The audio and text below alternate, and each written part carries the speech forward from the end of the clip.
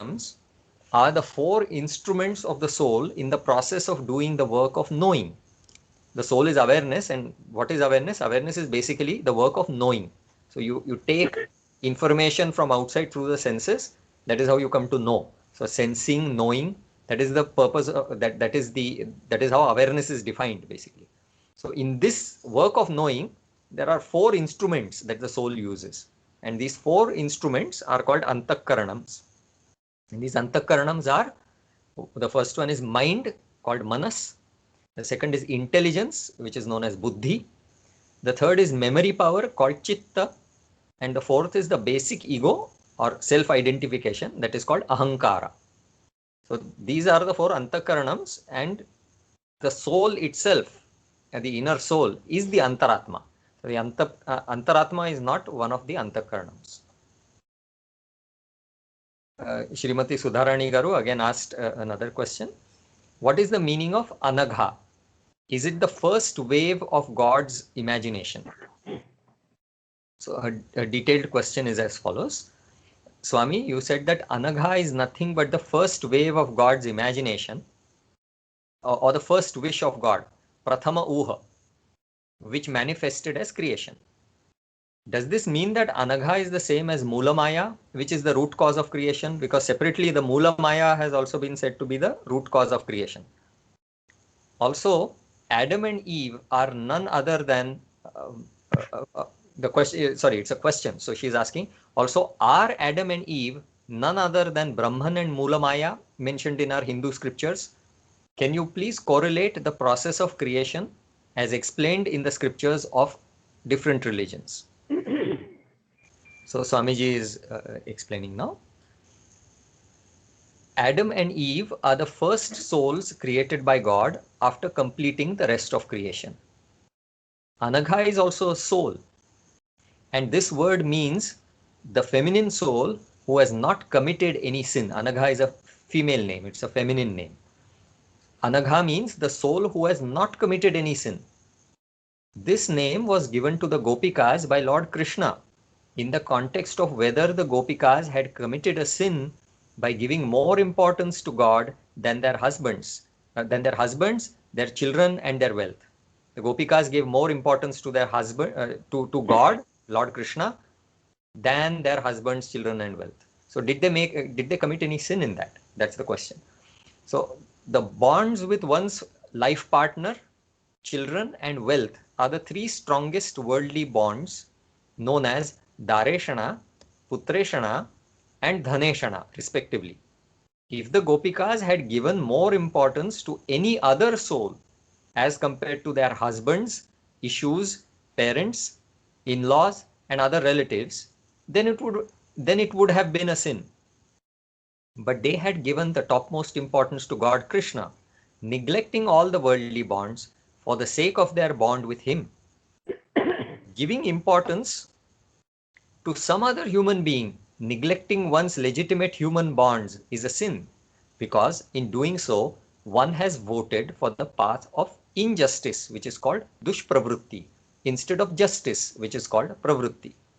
So if you give more importance to another soul, such as when you have an illegitimate affair with somebody, when you give more importance to another soul as compared to your legitimate worldly bonds, then it is a sin, because you are voting for dushpravrutti, which is injustice, instead of justice. But giving importance to God, neglecting all the legitimate worldly bonds, is voting for nivrutti over pravrutti. So you are not voting for pravrutti, instead you are voting for nivrutti, or you are voting for God. So voting for injustice over justice is a sin, but voting for God over justice is not a sin. The Gopikas even cheated their legitimate worldly bonds for the sake of their bond with God Krishna. And the Gita says that such cheating of one's legitimate bonds is not a sin. Sarvadharman parityajya mamekam sharanam vraja. When justice and injustice compete for our vote, we must vote for justice and not injustice. But when justice and God compete for our vote, we have to vote for God and not for justice. Voting for God is not a sin And this is the meaning of the word anagha. So the soul who votes for God, even at sacrificing one's legitimate worldly bonds, that person is anagha. It indicates the climax devotee called a gopika. Krishna was God Datta and the gopika is anagha or sinless. Anagha means one who has not committed a sin, means sinless. The gopika is anagha or sinless. Every soul, including the entire creation, is just a wave of the imagination of the unimaginable God. Anagha is called the first wave, which means Anagha is the topmost soul. Here the word first refers to the topmost position. It does not mean the one created in the beginning of creation. So it is true that Anagha means the first wave, but it is the first wave in the sense of the topmost soul and not in the sense of a sequential creation. Now we move to the satsang on 16th of January. And the first question was asked by Shri Ganesh. The question is, when we try to analyze anything in the world, including the soul, does it not become inexplicable and unimaginable beyond a point? So the detailed question is as follows. A few days ago, Ganesh is saying this. Few days ago, I had a doubt which I discussed with Dr. Nikhil. And the doubt is that whenever I try to analyze what exactly a soul is, I'm unable to find the answer. Even the soul seems to be an unimaginable entity, just as the unimaginable God is to me. Everything in this world seems to be unimaginable when we ask deeper questions and try to analyze it in depth. So superficially, we may think that we understand something, but when you ask deeper questions as to what is the cause of this, or what is deeper than that, then everything seems to be unimaginable. This is his point. So similarly, if you start asking about the soul, then the soul also is similar in that if you ask superficially, you think you understand the soul, but if you ask deeper, try to find out what it is in a deep manner, then it is not possible to understand it. That is what Ganesh feels. So Dr. Nikhil said, I also clarified that point, saying that Ganesh's point was that even if we take an atom, which is just one speck of the entire creation, and try analyzing it by asking the question, what is it made up of? We reach up to the smallest subatomic particles, and then beyond a point, it seems impossible to know anything further. Similarly, when we analyze an ordinary soul, we do not really know it completely. Hence, Ganesh feels that everything, when analyzed to a very deep level, will lead us to unimaginability. So, based on this discussion, Swamiji replied, God is certainly unimaginable, whereas his creation contains both imaginable and unimaginable items. Except for miracles, all items within creation are imaginable. Scientists clearly say that matter is condensed energy. Hence, the ultimate subatomic particles in an atom must be condensed energy. The formula indicating the condensation of energy into matter is also given by scientists as E is equal to mc square. So what is this concept of condensation of energy? Energy can be understood to be something more dilute. And when a large amount of energy is converted into matter, it forms a very small quantity of matter. E is equal to mc square. C is a very, very large number. It's 10 to the 1 followed by 8 zeros. So it's a large number, and that is squared. So E is equal to mc squared, meaning a very large amount of energy gives you a very small amount of matter. So basically it is matter could be considered to be condensed energy. So this equation also gives the quantitative equivalence between matter and energy, meaning how much matter is equal to how much amount of energy. That is also, the scientists have clearly found this out. So when our intelligence is not sharp, Even some imaginable items may appear to be unimaginable items. In reality, such apparently unimaginable items are only imaginable items. It is just that they are understood only after great effort. They are not really unimaginable. They appear unimaginable only for some people who lack the strength of intelligence and analysis. Other than miracles, all created items are well explained by science and even through practical experiments. For the people of older generations, some such items might have appeared to be unimaginable due to the lack of scientific development. So in response to this, perhaps Srimati Sudharani asked a question which kind of connects to that earlier point of whether in the olden days science was not developed. So her question is like this: do the unparalleled architectural monuments signifying spiritual concepts indicate the superior spiritual standards of our ancient Indians who built them? Her detailed question is as follows. Pada Namaskaram Swami, I feel that the spiritual standard of our ancient Indians was incomparable to the standards that we have today. They delivered excellent spiritual knowledge in a symbolic form by constructing a lot of architectural monuments and temples with mysterious technology and materials. Having said that, I want to know why you mentioned in one of your discourses that science and technology in ancient times was not as well developed as it is today. We modern people have totally failed to explain how these architectural constructions were made by our ancient Indians. Then how can we say that their science and technology was not superior to what we have today? Using all our knowledge of science and technology, why are we not able to build such seemingly magical and long-lasting constructions today? How did we lose that ability? Why are we, the present generation, not blessed enough by God to be able to create such wonders? Will India regain its past glory again? So Swami replied, it is said that all that is old is not gold, and all that is the latest is not the best. A wise person analyzes both and selects whatever is good.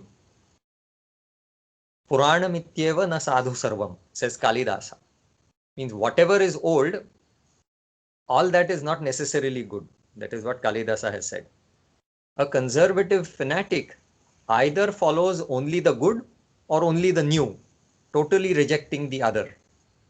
It is also said that a conservative person drinks even the hard, salty water from a well, saying that the water must be sweet since the well was dug by his father. Tatasya kupoyamiti.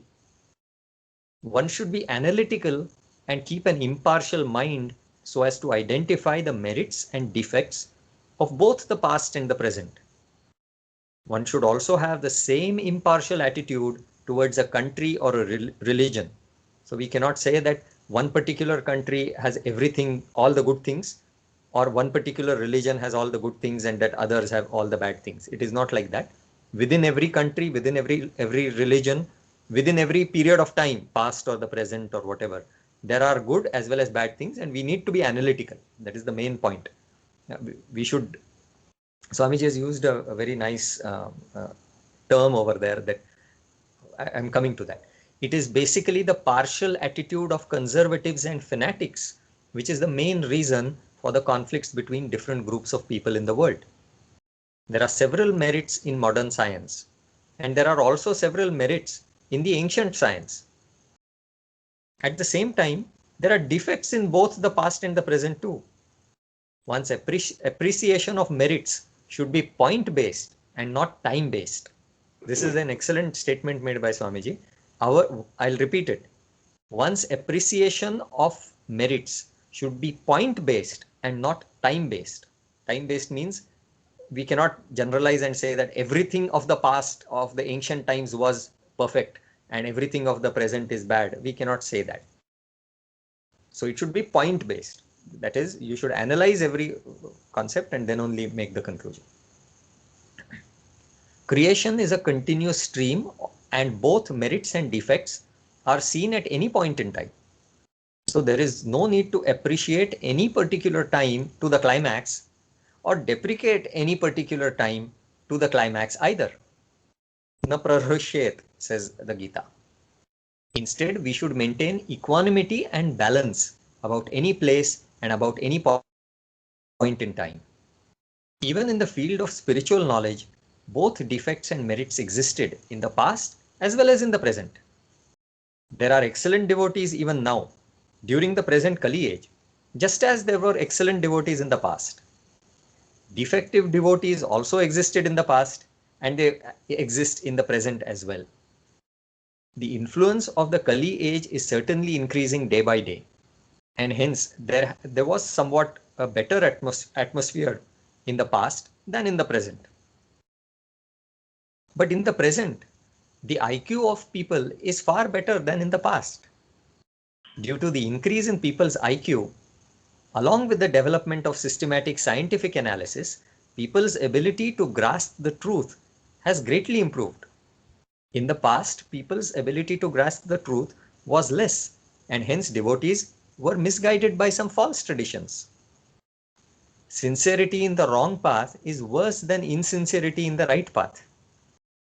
Since the path is right due to the higher IQ of the present, it is possible to reach the goal without any doubt. The next question is by Srimati Suganya Raman. She asks, is it possible to enter into spiritual life without having detachment from worldly life?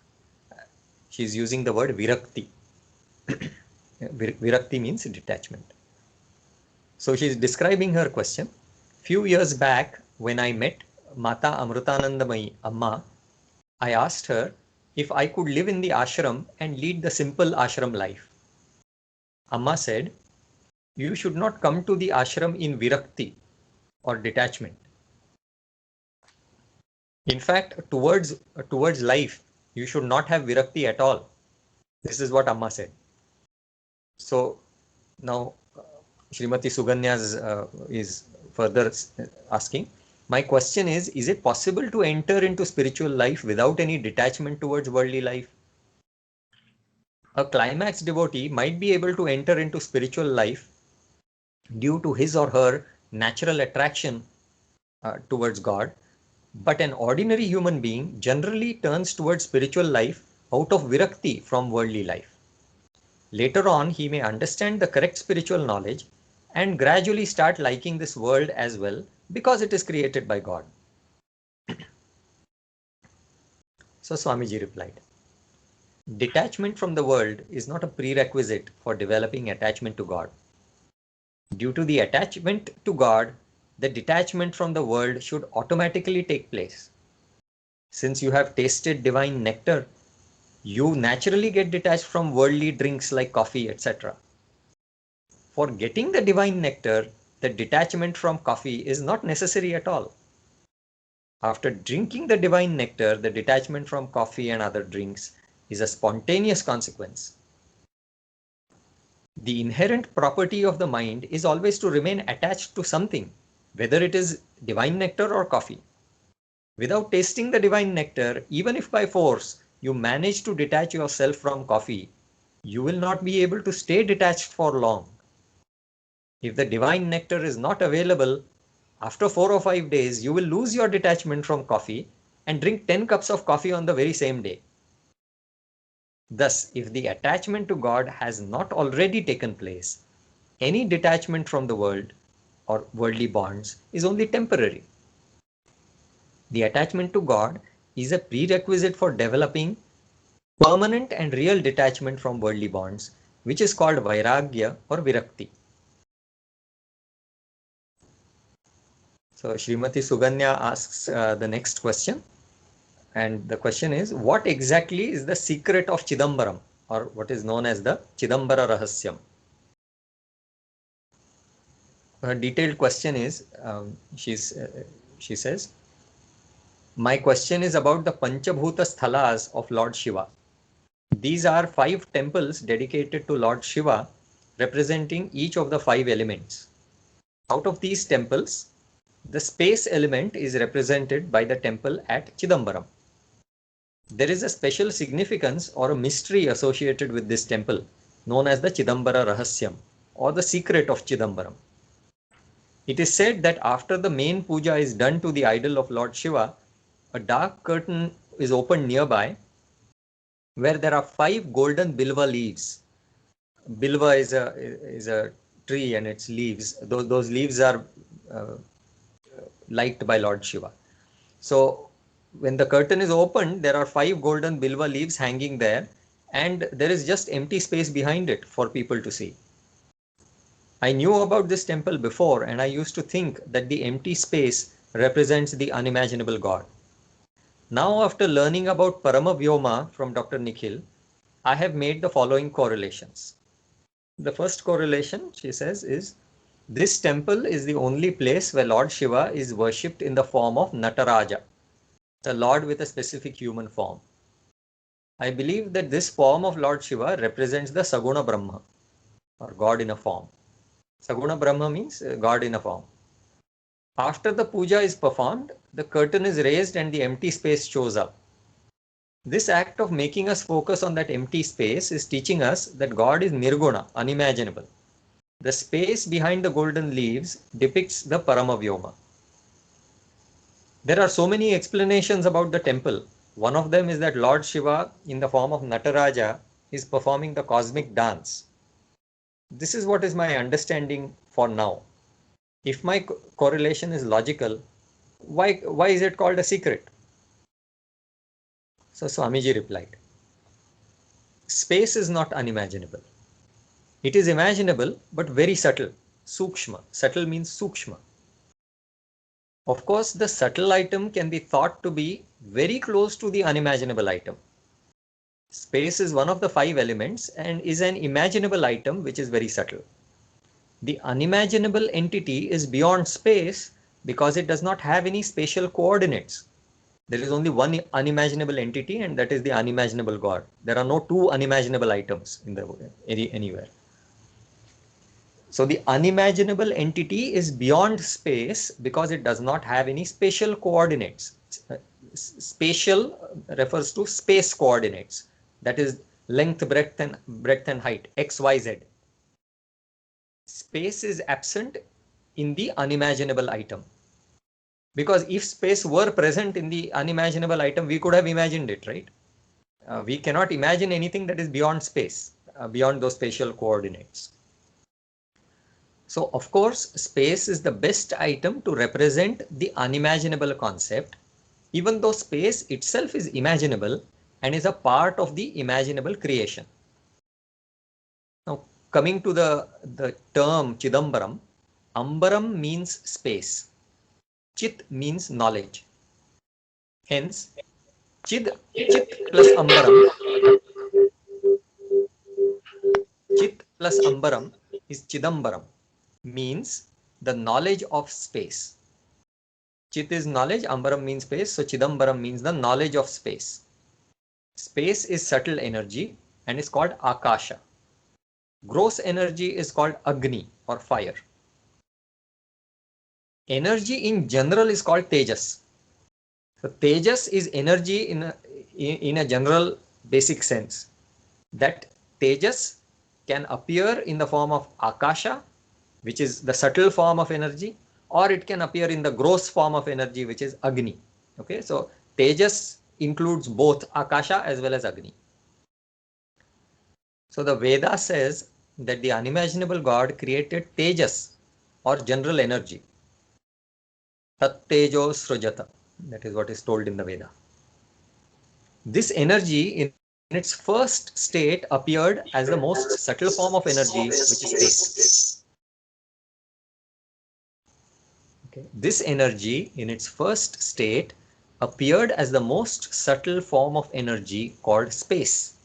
So that Tejas, when it was first created, Veda is telling us that Tejas was created. Tat Tejo Srujata. He created. Okay, God, he refers to God. God created Tejas. Now, in what form did that Tejas first appear? It appeared in the form of the Sukshma Akasha.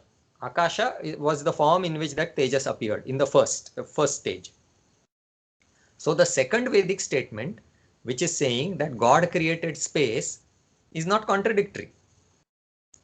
When it is said God created Tejas, and another statement is saying God created Akasha, the two are equivalent.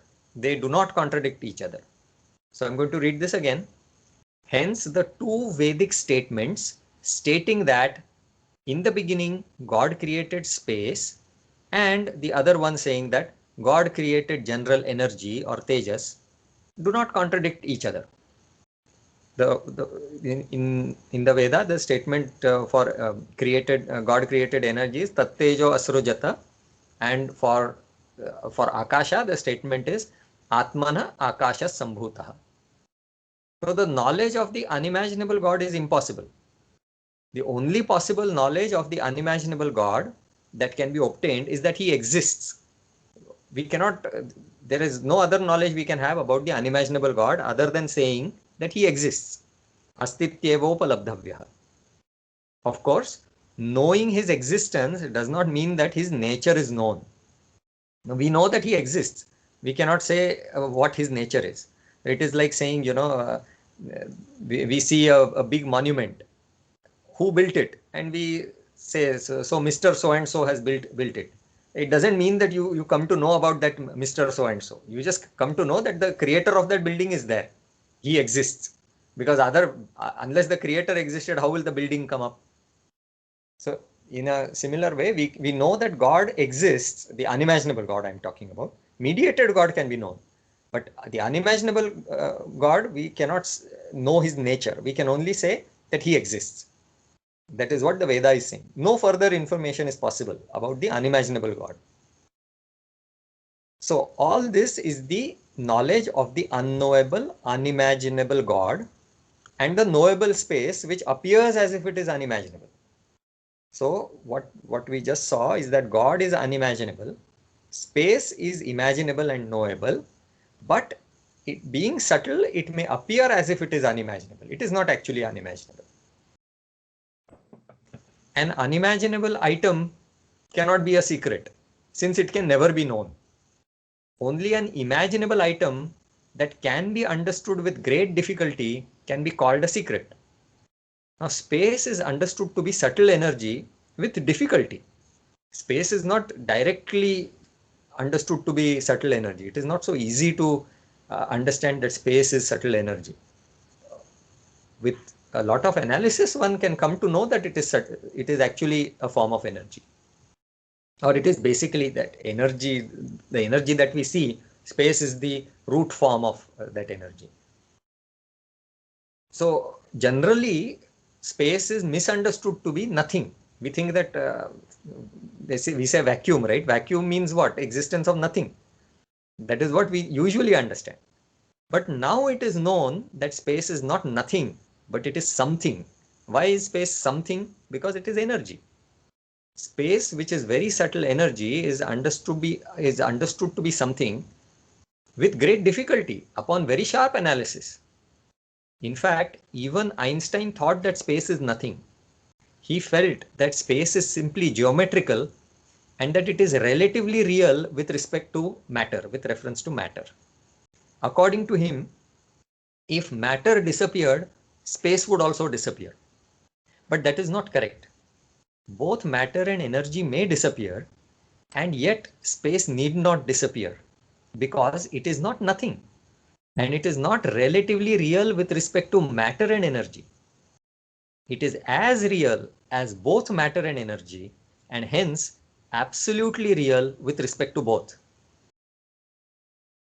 Of course, all the five elements are relatively real with reference to the absolute reality, which is unimaginable God. What I am saying here is that space is relatively real only with reference to the absolutely real unimaginable God, just like any other element. It is wrong to say that space is relatively real with reference to the other relatively real four elements. If you have understood this entire analysis, do you not feel that the analysis of space is the secret knowledge, which is that space is as real as any other item of the world. So what is the Chidambara Rahasya? Swamiji is saying that it is the analysis of space which appears to be unimaginable to most people, or people think that it is either non-existent or not unimaginable.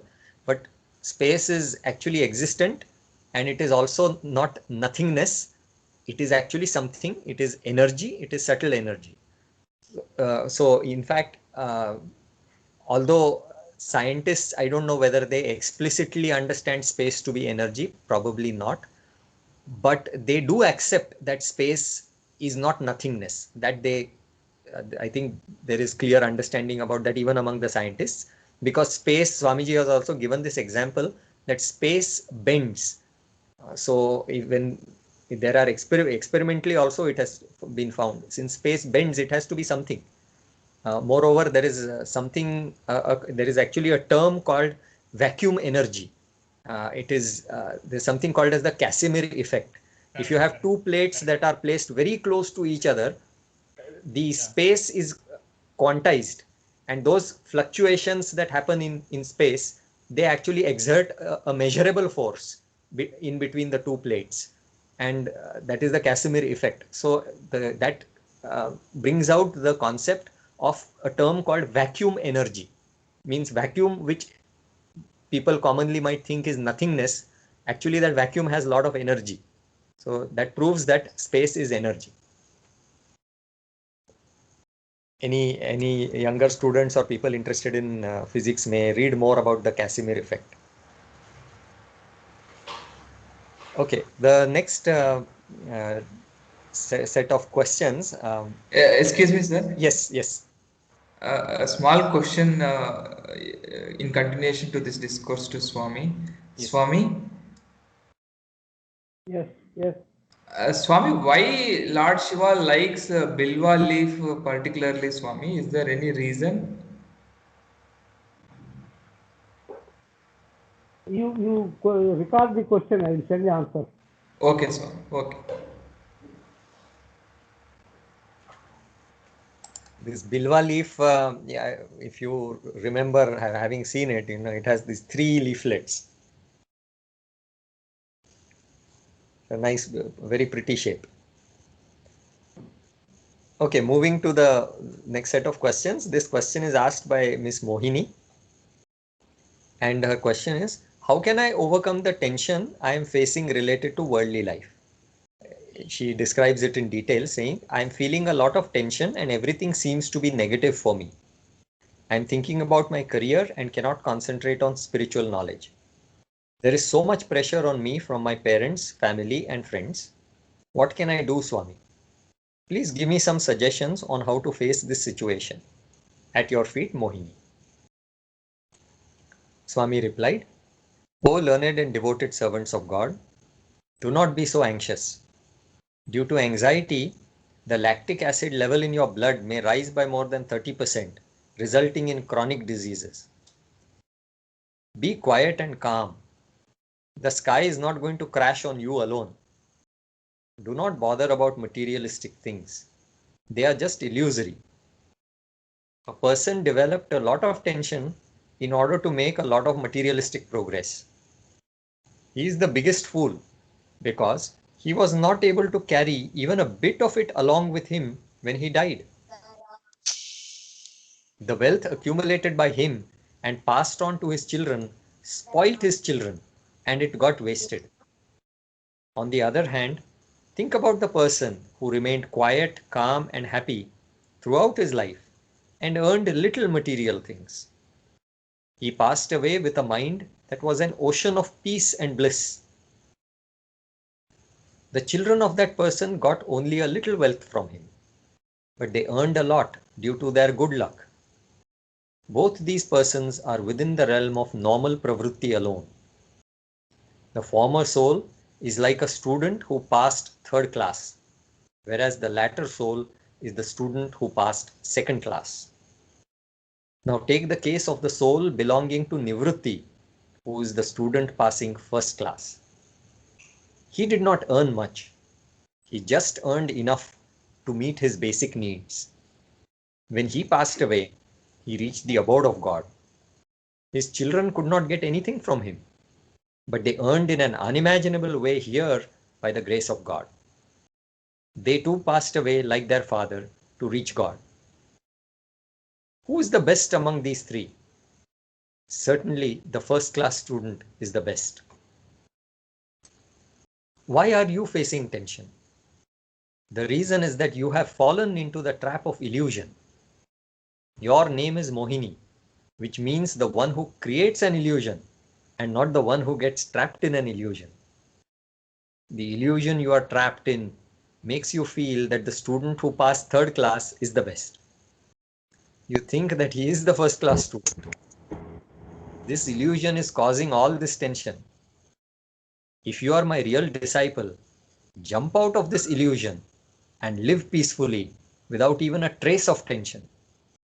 You can give all this tension caused by this illusion to the bad people in this world.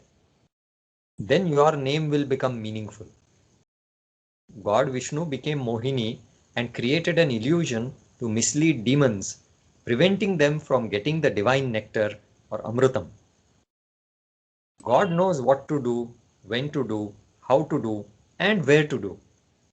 Have full faith in God, and He will never let down His devotee, either here or there. Name bhakta pranashyati, which is said in the Gita. Always follow justice. You should like justice because God loves justice. Do not have any personal love for justice. All your love for justice must be due to your total love concentrated towards God alone. The reason for your love for justice must only be your love for God. There should be no trace of love for justice separately. Always reject injustice because God hates injustice. You should not have any hatred for injustice separately. The only reason for your entire hatred for injustice should be your love for God. You should like what He likes and hate what He hates. A small sin done by a human being in a small matter, confined to a small circle of his petty life, is qualitatively and quantitatively equal to a big sin done by a demon in a big matter pertaining to this entire world. A small fire burning a small item is as good as a big fire burning a big item. Hence, one should not think that one is only committing a small sin and that it is not a big sin like the one done by a demon. As per the theory of relativity, such thinking is wrong. A small boy torturing a small ant is exactly as bad as a big demon torturing all the sages in the world. The sin of both is one and the same from a qualitative angle and a quantitative angle. The same punishment is given in hell to both the boy and the demon based on the theory of relativity. The magnitude or power of the sin, the magnitude or power of the sinner, as well as the magnitude of the area impacted by the sinner are both taken into account. Hence, this point should be kept in mind by every soul. If every soul thinks that it is only doing a very small sin, all such souls in the entire world doing such small sins taken together become the biggest demon who harms the entire world greatly. A king asked all the citizens of his kingdom to contribute a glass of milk and pour it in a big tank. Every citizen thought that he can pour a glass of water instead of milk, since no one would be able to detect whether he has contributed milk or water in that entire tank of milk. When after some time the king came and checked the tank was full of water alone. All citizens, thinking in the same way, contributed only water and no one contributed milk. Sins disturb the peace of this world. God wants a smooth administration in this world created by Him. An industrialist established a factory and expects the employees to ensure the peaceful and smooth running of the factory. Any person who assists the peaceful and smooth administration of this world factory will be greatly rewarded by the pleased industrialist God. So this is the next question is by Mr. Chris, and he is asked, happy with your write-up. How can you be of help to the lover of the Creator, a seeker of the truth and wealth? So he's referring to himself and asking how Swamiji could help he who is a devoted seeker of the truth. The Swami replied, I think you will enjoy the answer given by me to Miss Mohini, meaning the one that we just read. The next question is by Shri Amit Pal, and he asks, how can I be associated with your organization to bring unity and peace in the world? His detailed question is as follows. I want to be an associate of your organization and to represent the same in Delhi.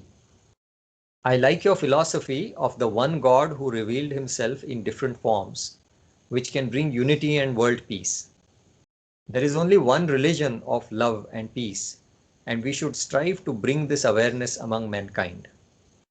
So Swami replied to him, I need people like you. I assuredly tell all of you that God will be immensely pleased with such devotees. The next question is by Shri Rushikesh. And the question is polygamy or polyandry a sin? Meaning having multiple wives is polygamy, and polyandry is having multiple husbands. So is that a sin? That is his question. So he describes it further. Initially, he is expressing his gratitude, and then he'll describe the question. So he says, Dear Swami, I request you for Jnana Bhiksha. First of all, I want to express my feelings towards your knowledge. I do not have words to explain the bliss derived from the knowledge that you shower on us. Tears rolled down my eyes when I recently read one of your answers given to my question. I could not even frame the question properly. Your kindness and love has no limits. You framed the question by reading my mind. This has happened to me many times before. O Lord Datta, no sacrifice or service can ever match your love. Your kindness has no limits. You have accepted a selfish and fallen soul like me, and you continue to shower your love on me. My question is as follows. Is polygamy or polyandry a sin? What is wrong if a man or woman marries more than one person? Is it not advisable? I would like to quote a line from your discourse and then continue to describe my question. You have said, the divine basis of sex is to extend the human generations so that actors for the continuous series of dramas or film shootings are available forever. This is the basic requirement for the entertainment of God. The dharmic way of pacifying sex is through marriage. In that case, a person could get married multiple times and have dharmic sex to produce many children from multiple partners. Isn't such a person contributing in a better way to the entertainment of God by having many children compared to the man having only one wife? One might say that one could have many children from one wife. However, the women of today are not as healthy as they were in olden days to bear many children due to a weak gynecological system. So isn't it better to go for polygamy? In Islam, it is said that a man can marry up to 4 wives. Are the reasons mentioned above also the reason why Islam supports polygamy? In Hinduism too, polygamy was supported, as there are many references in the Puranas about having multiple marriages. So Swami replied, Since we believe that God is the ultimate omniscient and omnipotent authority, we must always note that God takes care of every angle in ensuring that his creation continues with human generations. we need not interfere with his way of administration and should always try to help him. If God were a human king, one could help the king by giving him some useful suggestions, since a human king is not omniscient and omnipotent like God. The Veda says that a person should get married in order to continue the human race in the service of God. Even the desire for sex, due to hormonal activity, was created by God for this very noble purpose. Sexual desire was not meant to mislead human beings into engaging in illegitimate sex. When sins are committed, punishments and the resulting suffering is inevitable. God is not a sadist to enjoy the suffering of souls. Whether a married person should get married a second time to another partner in order to have children and extend the human race depends on several factors. These factors have to be analyzed for each individual case. No generalization is possible. The fundamental principle to be followed in this complicated matter is that the other life partner should never be made unhappy, because non-violence to souls is the highest justice. As long as this highest justice is undisturbed, an attempt to have children through a second marriage is justified. But there should be no cheating and no violence done in this delicate matter. If one's life partner is a good soul and a devotee of God, such a life partner should never be made unhappy under any circumstances. So many parameters crop up in different cases in this context. If you take the case of a king, the scripture says that a king can marry multiple daughters of neighboring kings. Rajano Bahuvallabha. This is in interest of the public of the kingdom. Such marriages strengthen the ties of that kingdom with neighboring kingdoms and avoid the possibility of war with them. Here the interest of many is considered to be the most important factor, which is even above the interest of any single soul. Here the queen too, the queen also understands this point and cooperates with her husband, the king, allowing him to marry other princesses in the interest of the public of the entire kingdom. If you take the case of Draupadi marrying the 5 Pandavas, there was a lot of background to it, which was revealed by God Krishna as well as sage Vyasa. Any violation of the general rule must have sufficient justified background. Any violation of the general rule without such justified background is certainly a sin and will be punished by God in this world or in hell. When several soldiers were killed in wars, marriages with their widows were encouraged by Prophet Muhammad. This allowance given by him had a perfectly justified reason. Mother Satyavati ordered her son sage Vyasa to have illegitimate sex with the widowed wives of his brothers to produce heirs to rule the kingdom in future. Another example is God Krishna danced with the Gopikas, and it was a test for the Gopikas. He was testing whether their bond with God, which is God Krishna, was stronger than their worldly bonds called Dareshana. Worldly bond called Dareshana. Dareshana is the justified love towards one's life partner. His test was indeed a violation of the general ethical rule, but it had a very good justified background. The Gopikas were sages for millions of births, aspiring for the salvation from worldly bonds due to their strongest bond with God. God Krishna was not an ordinary human being, but was the human incarnation of God. By dancing with him, the Gopikas proved that they could overcome their bond with their life partners due to their love for God. Similarly, Krishna stole the butter which they had preserved for their children. This was a joint test of their bonds with their wealth. The butter was the wealth of the Gopikas. So it was a joint test of the bonds with their wealth and with their children. So it means it was a joint test of Dhaneshana and Daresh and Putreshana. Dhaneshana and Putreshana, respectively. These two, along with Dareshana, are the three strong worldly bonds. Which are the three strong worldly bonds? Dareshana, which is the bond with the life partner, Dhaneshana, which is the bond with wealth, and Putreshana, which is the bond with one's child. So these three are the strongest bonds. So the behavior of Krishna may externally appear to be a violation of the general ethical rule, but actually he was testing whether the Gopikas were able to overcome these three strongest worldly bonds for his sake. So those Gopikas who appreciated his stealing of their butter passed the joint test of Putreshana and Dhaneshana. Krishna never repeated his stealing or dancing with other women elsewhere in his entire life. He also did not return to Vrindavanam to repeat these things.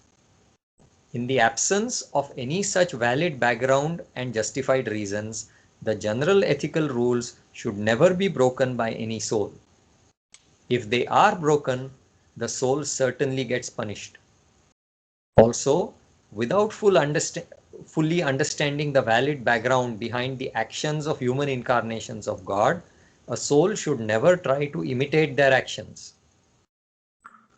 I personally know some cases in which the legitimate life partner encouraged the other life partner to remarry for the sake of having issues. After a certain age, the passions of sex get reduced, and such special cases appear in which both the life partners are not much worried about sex. Dharma or justice has several twists or angles in order to cater to different situations having some special background. But in any case, maintaining dharma means that no good soul should be cheated or hurt.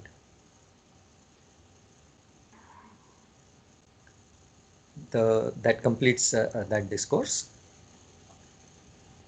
The next set of questions, we start with Shri Anilji's question. It is somebody else's question which Anilji has brought to Swamiji. The question is, how can God be just if he fixes whether a soul should be born into Christianity, Islam, Hinduism, or some other religion? So the question is, if God has decided that such and such a soul should be born in this religion and another soul should be born in another religion, then there is no justice in that, considering that that only one of the religions is the right path. This is what the devotee probably was assuming. So Swamiji replies, O learned and devoted servants of God, the different religions are not different at all in the subject matter. They differ only in the external cover consisting of language and culture. A person born in a certain region where a specific language and a specific culture is followed will naturally follow the religion related to that language and culture. But all souls born on earth, irrespective of which religion they are born into, follow the same subject matter of spirituality through their own religions, and hence this question has no relevance at all. So Swamiji has very clearly said that since there is no basic difference in these religions, this question itself is not valid.